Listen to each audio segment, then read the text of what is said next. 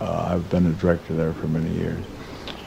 Had a subsidiary and was going to start business in Europe with offices in Berlin and Paris.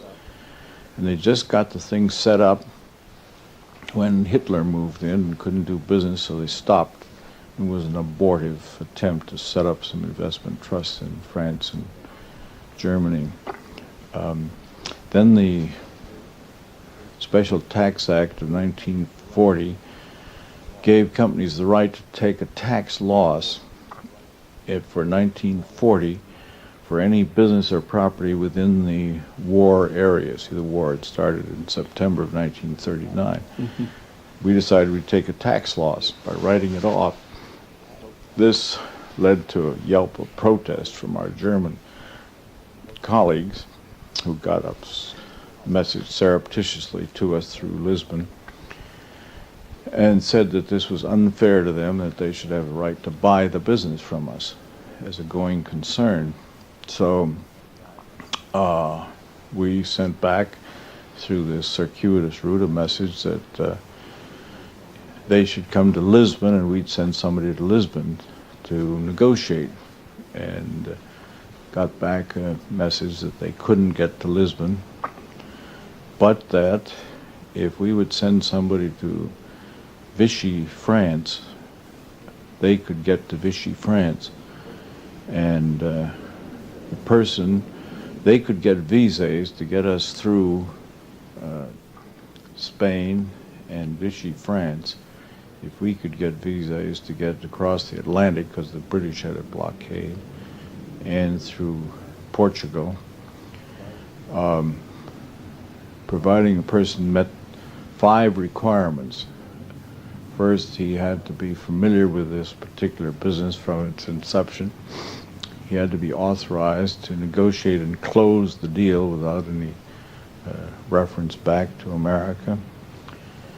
He had to be connected with a firm which could be identified by both the German and the French authorities, and he had to be able to get a certificate from the German consul in New York that he was totally Nordic. Well, this was hilariously greeted by the board of directors, and they said, "My goodness, that's a description of Mr. Parlin." And so they sent a jolly cable. How about our fellow director and attorney, Mr. Parlin? Well, to my amazement, 4 days later, this was just in the spirit of fun because there was the Neutrality Act was on the books already, which prohibited Americans from traveling in the war zone, and also prohibited communications with the enemy. And Germany by this time had been defined as an enemy, although we weren't at war.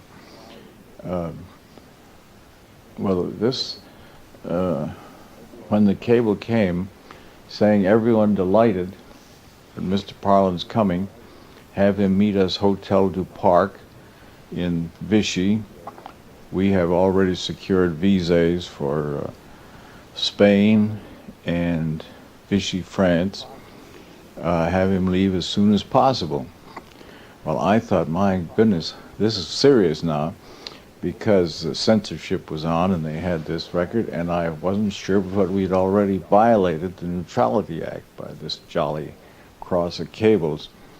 So I made an appointment to go down to Washington to see Sumner Wells, who was Under Secretary of State, I knew.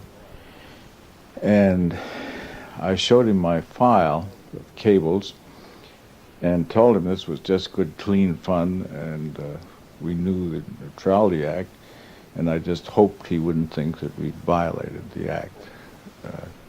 And I had some technical reasons why I thought we hadn't. But instead of smiling, thinking this was a joke, and he took it very seriously. He read every one, and he read them all a second time. And he asked me, "Do you want to go?" And I said, "Certainly not. I have a wife and 3 children of whom I'm very fond." Well, he said, "Would you go if your government asked you to go?" And I said, "Certainly." So he said, "Come back at 4 o'clock." So I went back at 4 o'clock, and there was Secretary Knox of the Navy, and Secretary Hull, Secretary of State, and Sumner Wells, and they said, the President wants you to go. We are unable to get any information as to how the Vichy France economic community is working and to what extent there's collaboration between those French bankers in Vichy and the Germans across the line. And you've got an invitation to go and negotiate with all these bankers on both the German and the French, Vichy French side, and this would be very helpful to us and very illuminating. So I went on a little freight boat. Hitler was sinking these boats at this time. It wasn't very pleasant. And I finally got to Lisbon, and I worked my way across Lisbon. Of course, wartime. There was no taxis, no anything, no schedules. Finally worked my way across Spain. I got up to Vichy, France, and went to the hotel. I had to walk from the railroad station, carrying my suitcase, up to the Hotel du Parc. And I went into the lobby, and that turned out to be Pétain's military headquarters. And I arrived the day that for the first time Pétain had arrested Laval in one of these big, and they swooped up everybody in the lobby and put us in jail. And so I spent the first night of my trip to Vichy in jail. And I got out finally, and next day, and I went to the embassy and told them that I was supposed to see these bankers, German and French bankers, to negotiate this deal. And they said, well, check around. They checked around. They said, oh, they all fled through the demarcation line back to Paris under the German control because they were nervous here with this political upheaval. So they said that, so I said, well, then I'll have to telephone. I said, don't be ridiculous. There's absolutely no communication across that demarcation line. We have no communication. We don't even know whether we have an office in Paris anymore. We've been complaining through Washington, trying to get a courier or somebody to communicate with Paris, and just nothing you can do about it. Just stay here at the embassy for a week and go have a good time and go home. So we were having a New Year's Eve dinner party at the Vichy embassy, and a telephone message came that special arrangements had been made for me to take the night train and go through the demarcation line to Paris to meet these bankers that had been able to work this. Well, I wasn't at all sure I wanted to do that, and this led to a big row in the embassy. Some thought it was my duty to go, and some thought it was crazy to go because they'd simply get me up to the border and then torture me because I didn't have a pass, and find out what my mission was. But the leaders of those who felt I should go, it was my duty to go, was young Douglas MacArthur, the nephew of the later to be famous general, and he took a very dynamic and dogmatic view that I should go, because they really needed to know what was going on in Paris, and I was the only American that had any chance of ever getting through there. So this was the German embassy that had called there in Vichy and said everything had been arranged by telephone. Well, they had a special permit to be out after the curfew with their embassy car, so they took me to the railroad station, and with great difficulty I finally got myself a ticket and got through the gate. And the porter wouldn't let me go to bed because he said, you'll be arrested at the demarcation line on the way to Paris, and it'll delay the train, and so on.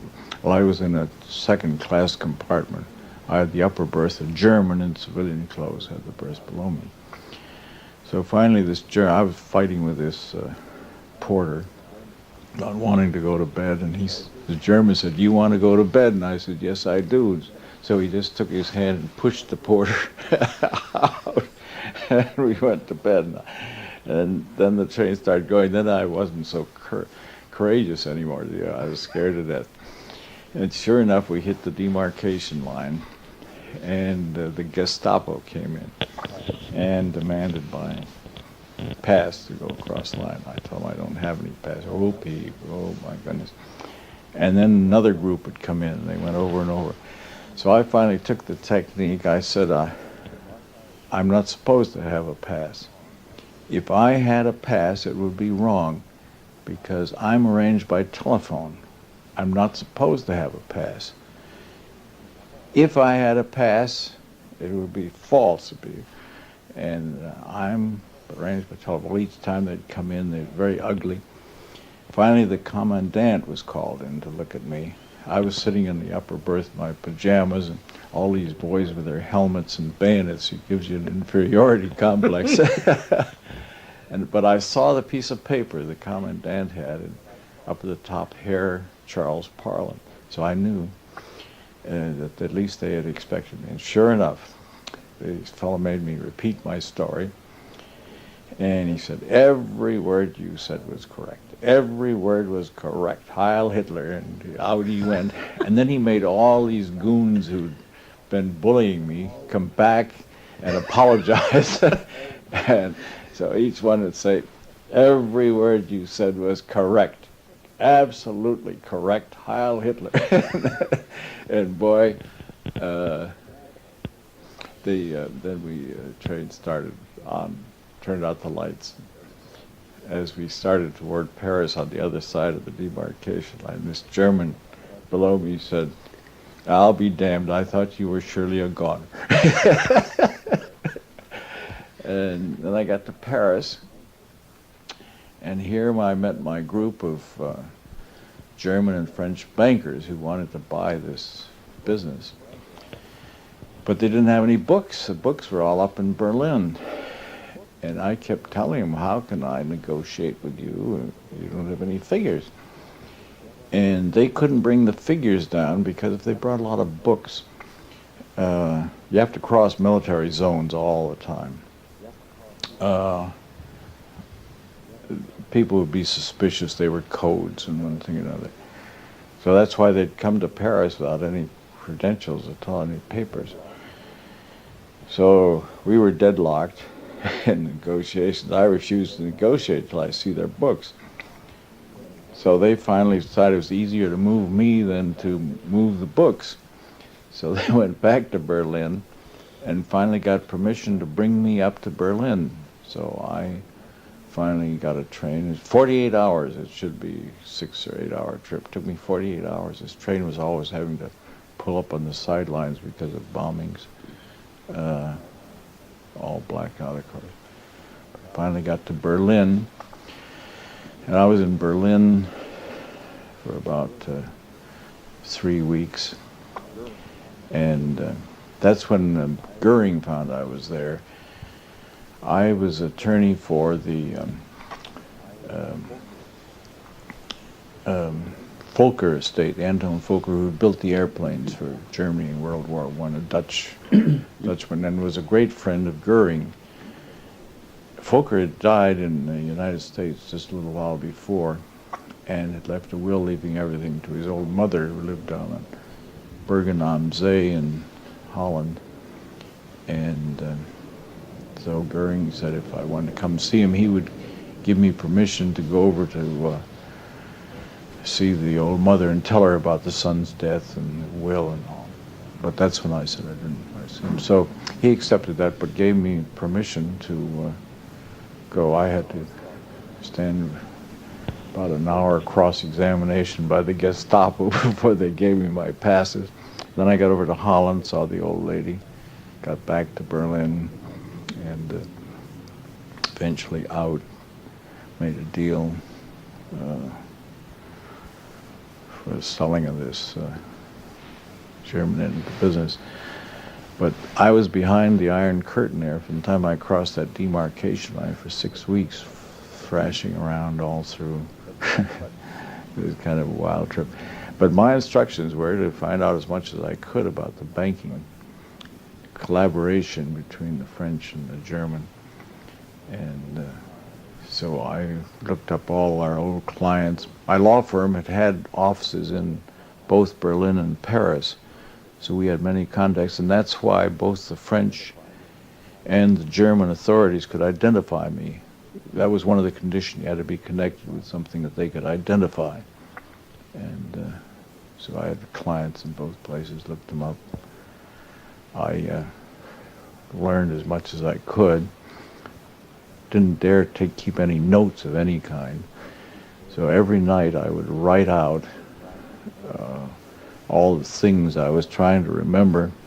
Then I'd tear the paper up and flush it down the toilet.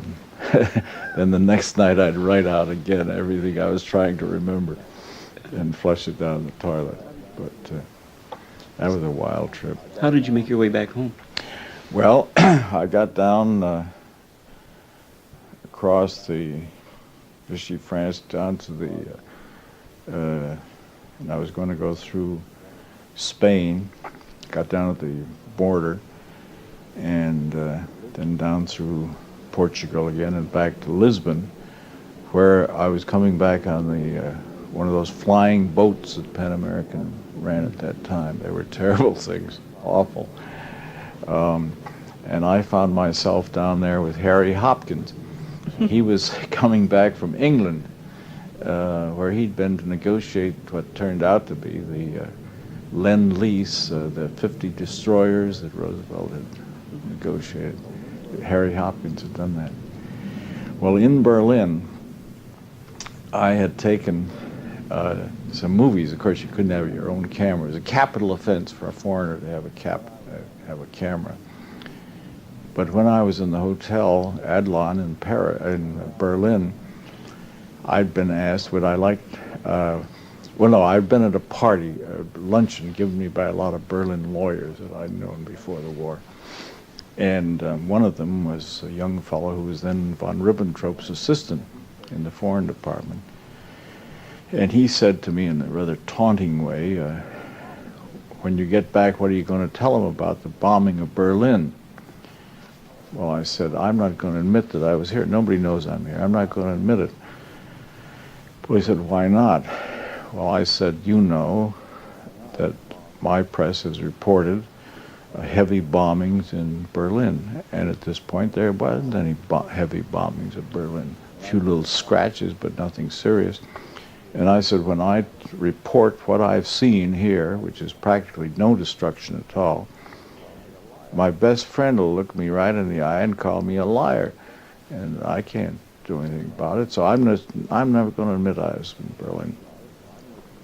Well, later he came to me and he said, how about taking some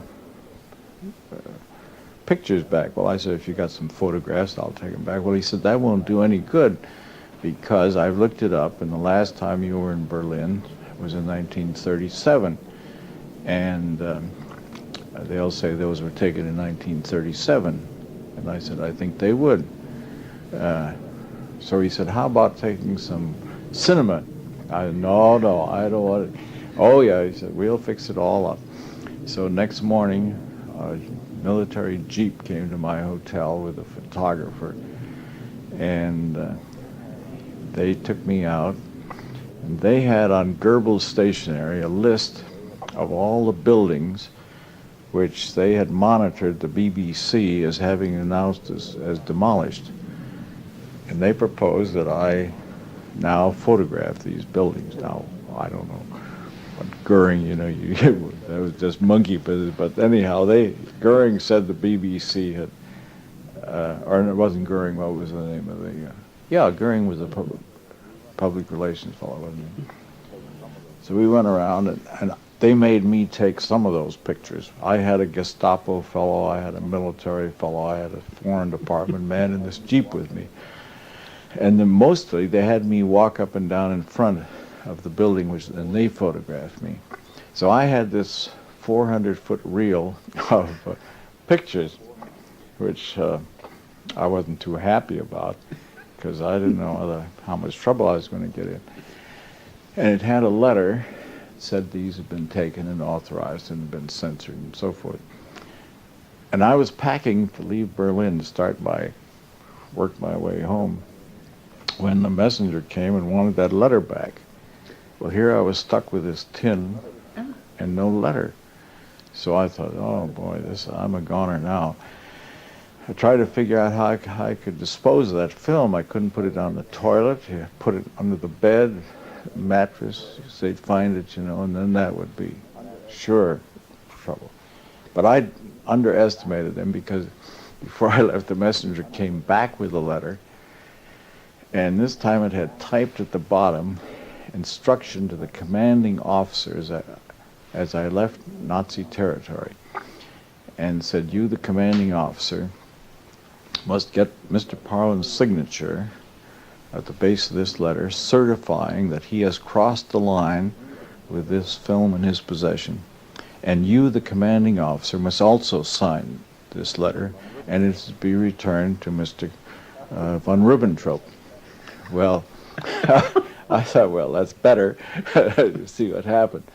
So I started out with this darn thing. And of course, every military zone crossed, which is all the way down, they checked me. The commanding officer of that zone would stamp my passport with a swastika. And then the next fellow, when he received me on the other side of the military line, he became responsible for me, and he'd stamp my passport. And they all look at this thing, and then I'd show them the letter. Well, they thought, well, wait till the last guy when he tries to get out. So I got down to the final crossing of the German border down into Spain, and boy, they didn't want to. And the commanding officer, he did not want to sign that letter. Oh, how he dreaded that, because if it was a forgery, and he sent that back to von Ribbentrop, that would cost him his head.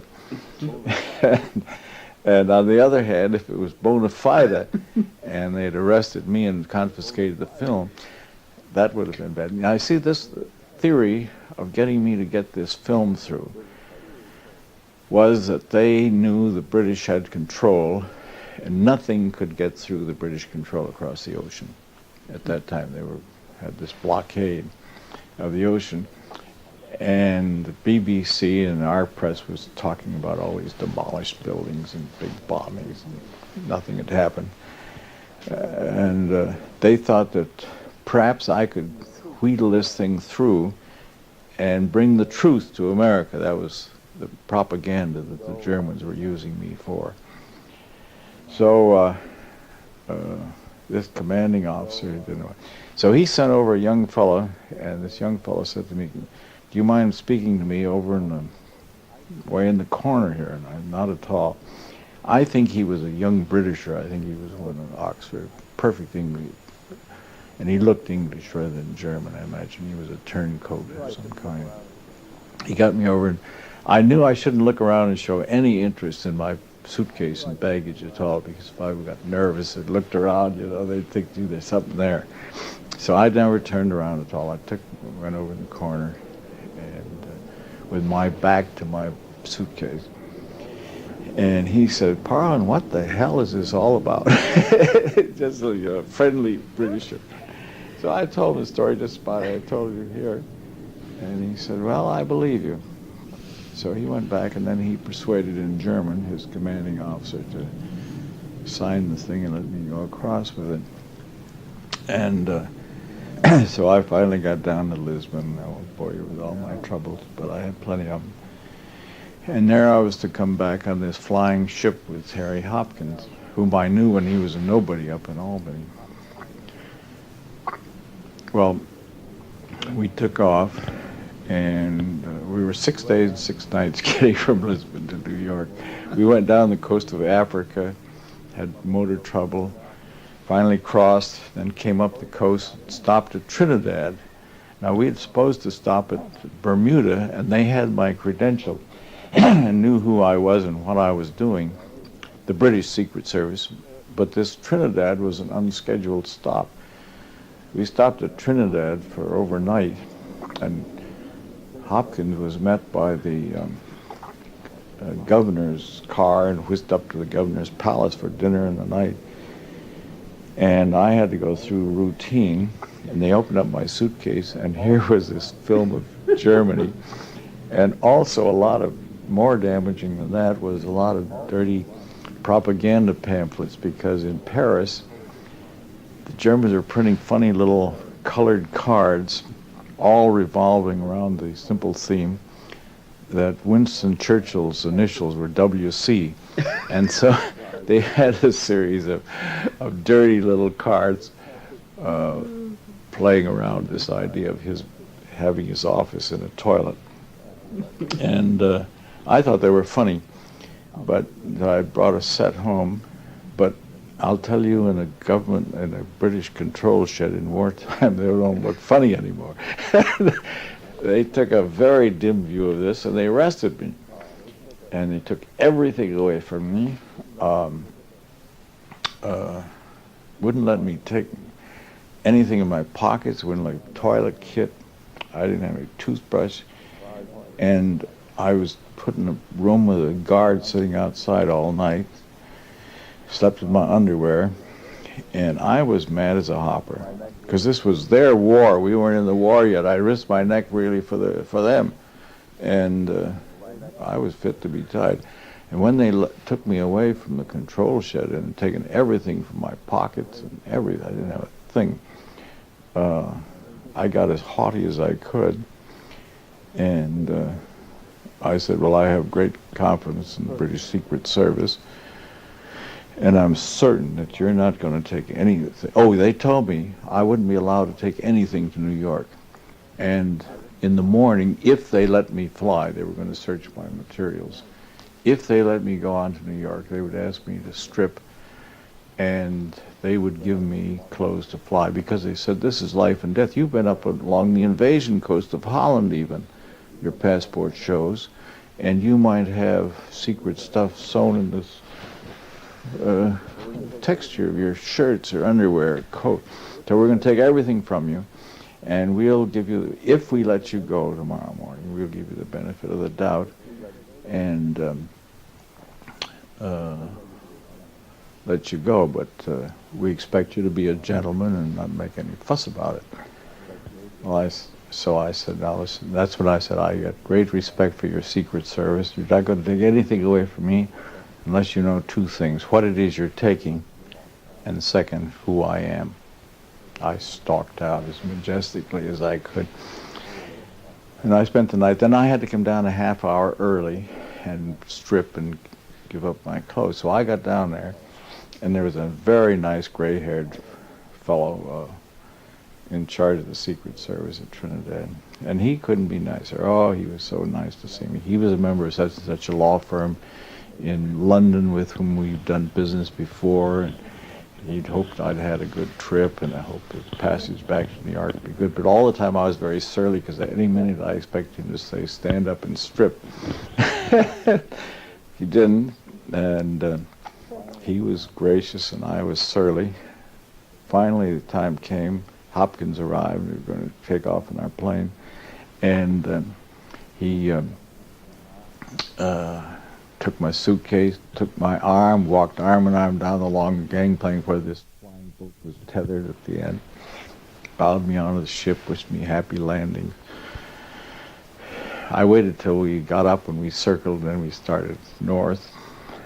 So I went over and sat beside Hopkins. I said, Harry, something very funny has just happened to me in Trinidad. I told him that I was under arrest all night, and wasn't allowed to take anything with me and so forth. And he laughed. He said, I don't have the answers to everything, but I got the answer to this one. He said, last night while I was dining in great luxury at the governor's palace with the governor, he was called to the telephone on an emergency.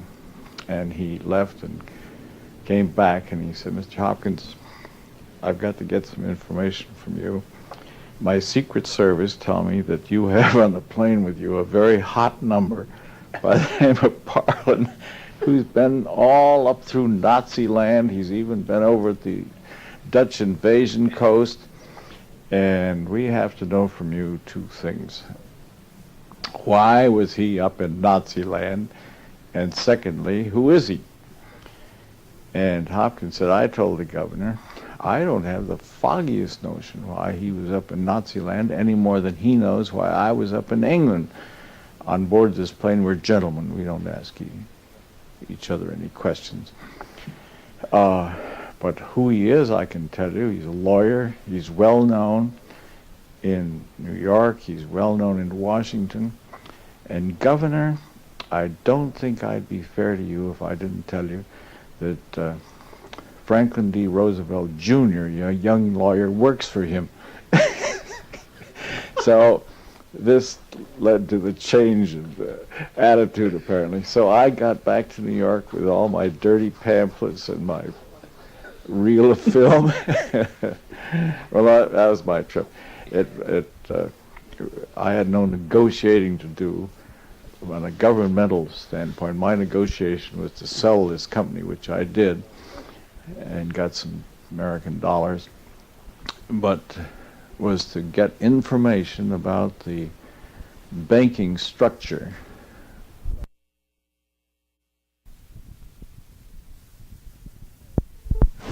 of Germany. You see, the Germans had moved into the Bank of France, and they had the printing presses to print French money. And how this thing was working was what they were trying to find out. That was my mission, and I found a lot of information. I spent the first 2 days back being debriefed in Washington. I was trying to remember all the stuff that I'd written out every night. But that was my mission.